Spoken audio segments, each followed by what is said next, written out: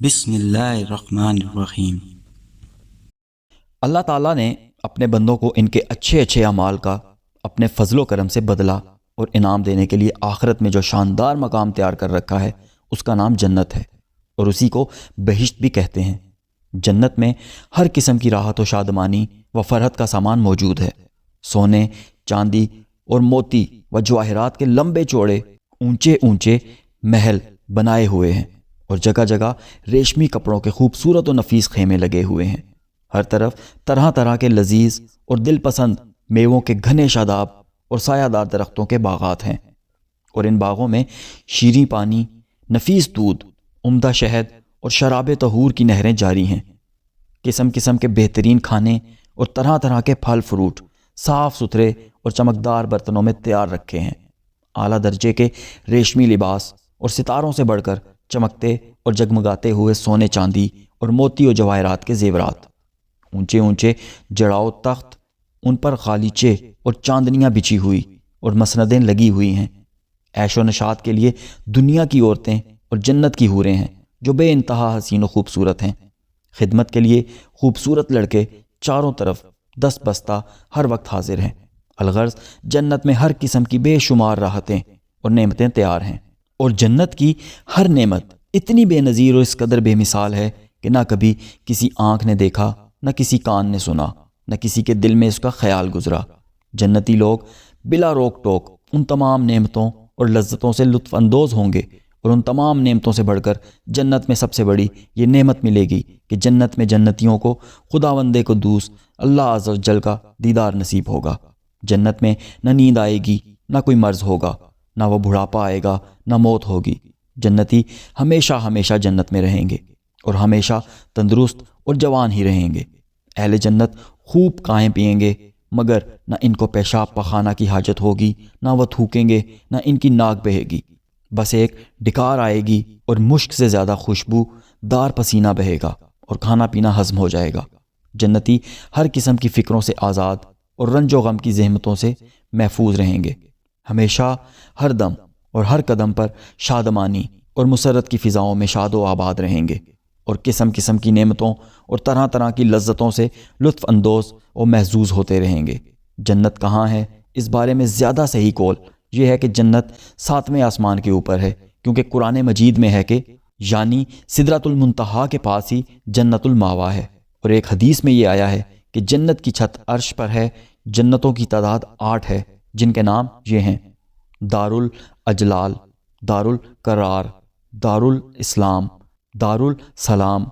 جنت عدن، جنت الماوا، جنت الخلد، جنت الفردوس، جنت النعیم۔ حدیث شریف میں ہے کہ جنت کے 100 درجے ہیں، اور ہر 2 درجوں کے درمیان 100 برس کی راہ ہے۔ اور ایک حدیث میں یہ بھی آیا ہے کہ جنتی لوگ جنت کے بالا خانوں کو اس طرح دیکھیں گے جس طرح تم لوگ زمین سے مشرق یا مغرب میں چمکنے والے تاروں کو دیکھا کرتے ہو۔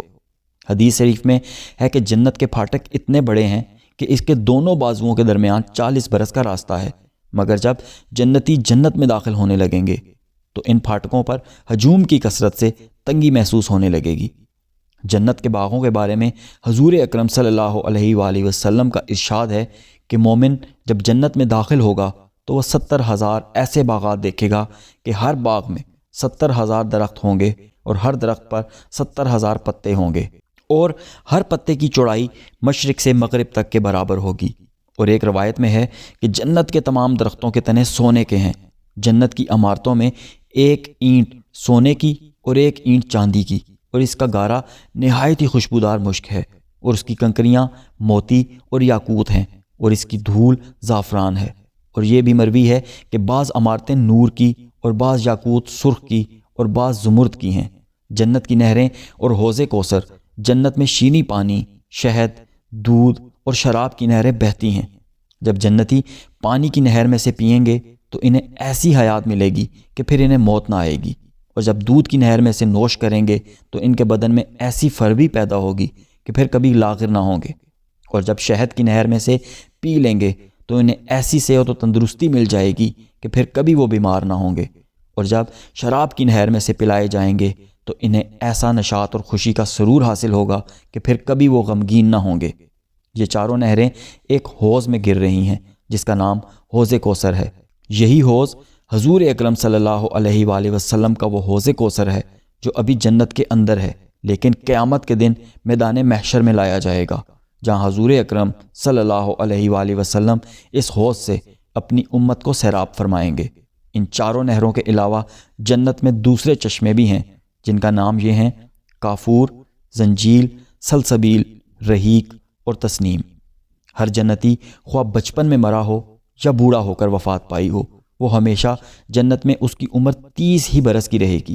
اس سے زیادہ کبھی اس کی عمر نہیں بڑھے گی، اور وہ ہمیشہ ہمیشہ اسی طرح جوان رہتے ہوئے آرام و راحت کی زندگی بسر کرتا رہے گا۔ ادنا درجے کی جنتی کو 80,000 خادم اور 72 بیویاں ملیں گی، اور اس کے لیے موتی و زمرد و یاقوت کا اتنا لمبا چوڑا خیمہ گاڑا جائے گا جتنا کہ جابیہ اور صنعا کے 2 شہروں کے درمیان فاصلہ ہے۔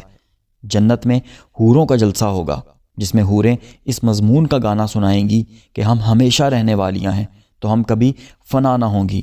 ہم چین میں رہنے والیاں ہیں تو ہم کبھی غمگین نہیں ہوں گی، ہم خوش ہونے والیاں ہیں تو ہم کبھی ناراض نہ ہوا کریں گی۔ مبارکباد ہے ان کے لیے جو ہمارے لیے ہوں اور ہم ان کے لیے ہوں۔ ہر جمعے کے دن جنت میں ایک بازار لگے گا کہ اس میں شمالی ہوا چلے گی جو جنتیوں کے چہروں اور کپڑوں پر لگے گی تو ان کے حسن و جمال میں نکھار پیدا ہو کر وہ بہت زیادہ خوبصورت ہو جائیں گے، اور جب وہ بازار سے پلٹ کر اپنے گھر جائیں گے تو ان کے گھر والے کہیں گے کہ تم تو خدا کی قسم حسن و جمال میں بہت بڑھ گئے ہو، تو یہ لوگ کہیں گے کہ ہمارے پیچھے تم لوگوں کا حسن و جمال بھی بہت بڑھ گیا ہے۔ حضور اکرم صلی اللہ علیہ وآلہ وسلم کا ارشاد ہے کہ جب جنتی جنت میں داخل ہو جائیں گے تو خدائے عز و جل کا ایک منادی یہ اعلان کرے گا کہ اے اہل جنت، ابھی تمہارے لیے اللہ تعالیٰ کا ایک اور وعدہ بھی ہے۔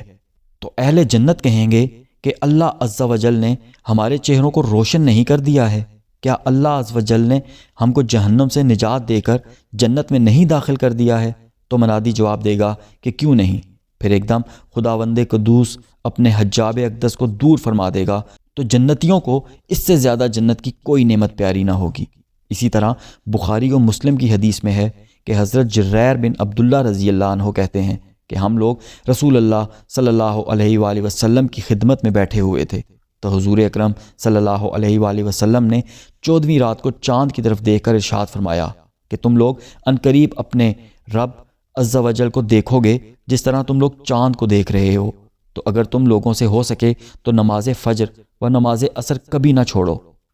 اسی طرح حضرت صہیب رومی رضی اللہ عنہ سے مروی ہے کہ رسول اللہ صلی اللہ علیہ وآلہ وسلم نے فرمایا ہے کہ جب جنتی جنت میں داخل ہو چکیں گے تو اللہ تعالیٰ فرمائے گا کہ اے اہل جنت، کیا تم چاہتے ہو کہ کچھ اور زیادہ نعمتیں میں تم لوگوں کو عطا کروں؟ تو اہل جنت کہیں گے کہ خداوند عز و جل، کیا تو نے ہمارا منہ اجالا نہیں کر دیا؟ کیا تو نے ہمیں جنت میں نہیں داخل کر دیا اور جہنم سے نجات دے دی؟